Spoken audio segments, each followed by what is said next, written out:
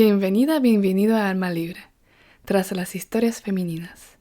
Mi nombre es Alexandra Gurska y hoy te invito a un viaje. A un lugar donde lo exterior puede de pronto abrir la puerta de nuestro mundo interior.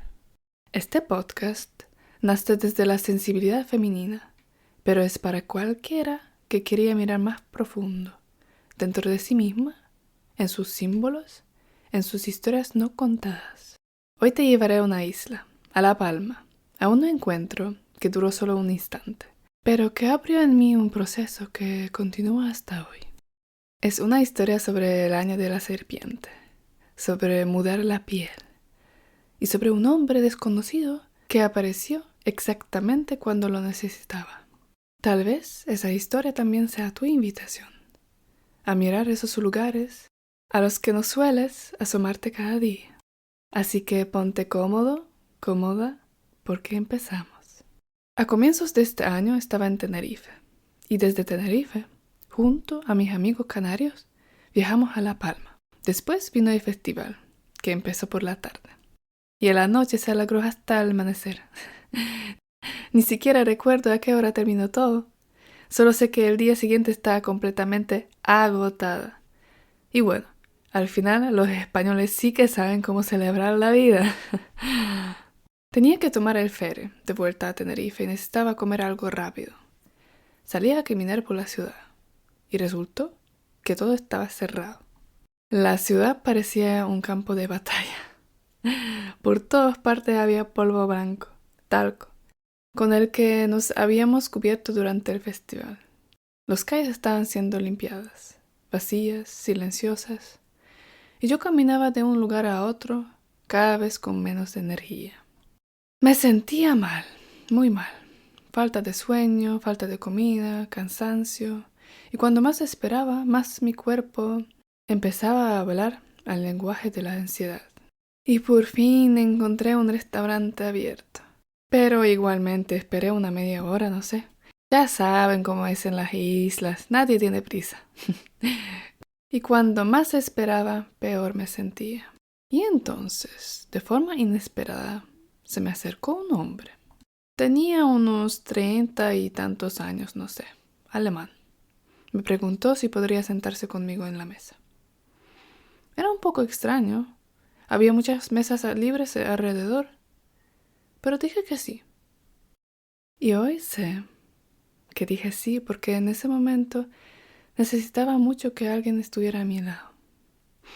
Y porque viajar sola es hermoso, pero hay momentos en los que la soledad deja de ser libertad y empieza a sentirse como aislamiento. Empezamos a hablar. Le dije que me sentía rara, algo débil, y que me alegraba de que se hubiera sentado conmigo. Y él hablaba con calma. Me preguntó qué hacía ahí. También preguntó qué había pasado en la ciudad, porque estaba así, porque ni siquiera sabía que había habido un festival. Me contó que acababa de llegar en ferry y que había salido del puerto hace un momento, y que antes había estado en Tenerife en un retiro espiritual, meditación, silencio, trabajo interior en soledad, en las montañas. En un momento simplemente le pregunté si podía tomarme la mano. Simplemente lo necesitaba, para calmarme, para volver a sentirme en tierra. Y él, sin dudarlo, simplemente tomó mi mano. Entonces me habló del año de la serpiente, de que era febrero de 2025, el comienzo de nuevo ciclo, de que era un tiempo de cambios, de dejar atrás la piel vieja, de entrar en algo nuevo. Digo también que era normal sentirse extraño, que era un proceso y que no había tenerle miedo. En ese momento lo escuché como una historia interesante. Y hoy, desde la perspectiva del final del año, suena completamente distinto. De hecho, el año en el zodiaco chino empieza en febrero. Una coincidencia curiosa. En aquel entonces aún trabajaba en una corporación, de forma remota, desde las islas. Y pocos meses después todo cambió. Dejé mi trabajo, empecé a construir mi propio negocio.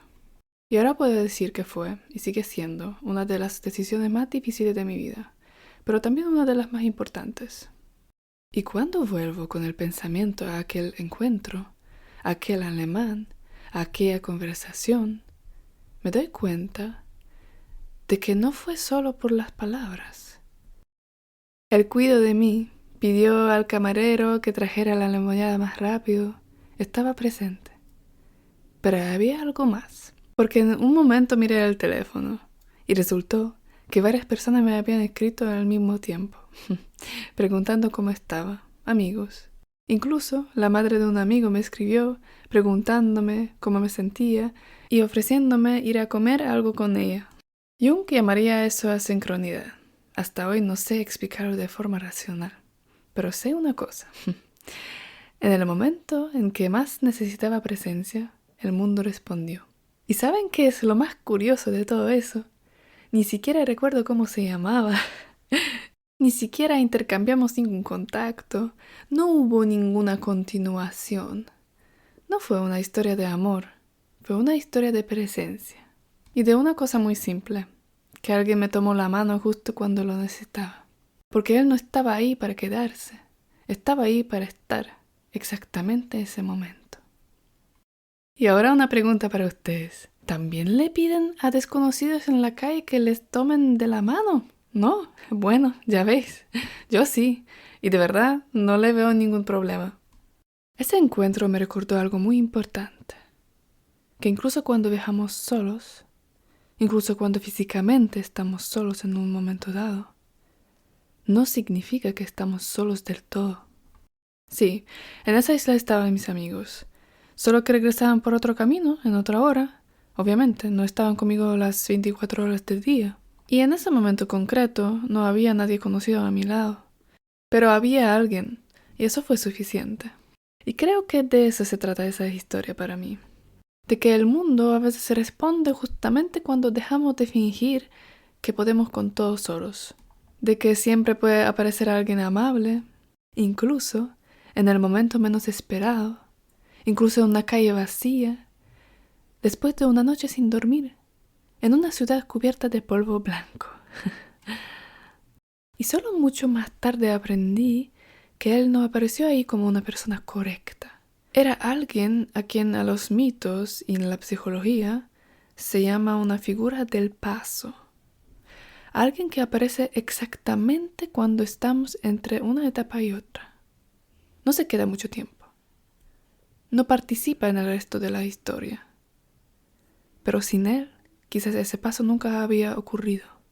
Jung diría que esos arquetipos actúan como guías, simbolizando transformaciones internas y señalando el camino hacia una comprensión más profunda de uno mismo. Y en Canarias tuve más de esas guías. Seguramente les cuento un día. Y ahora brevemente sobre la sincronidad.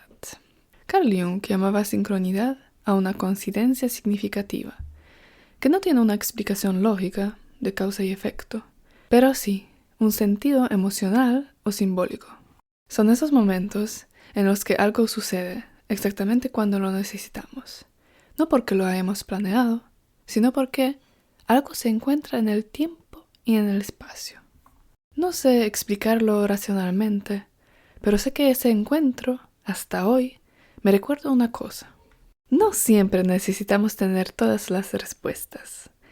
Y a veces basta con que un desconocido te tome de la mano. Y estoy más que segura de que ustedes también han vivido sincronidades. Pensar en alguien y que esa persona les llame justo en ese momento.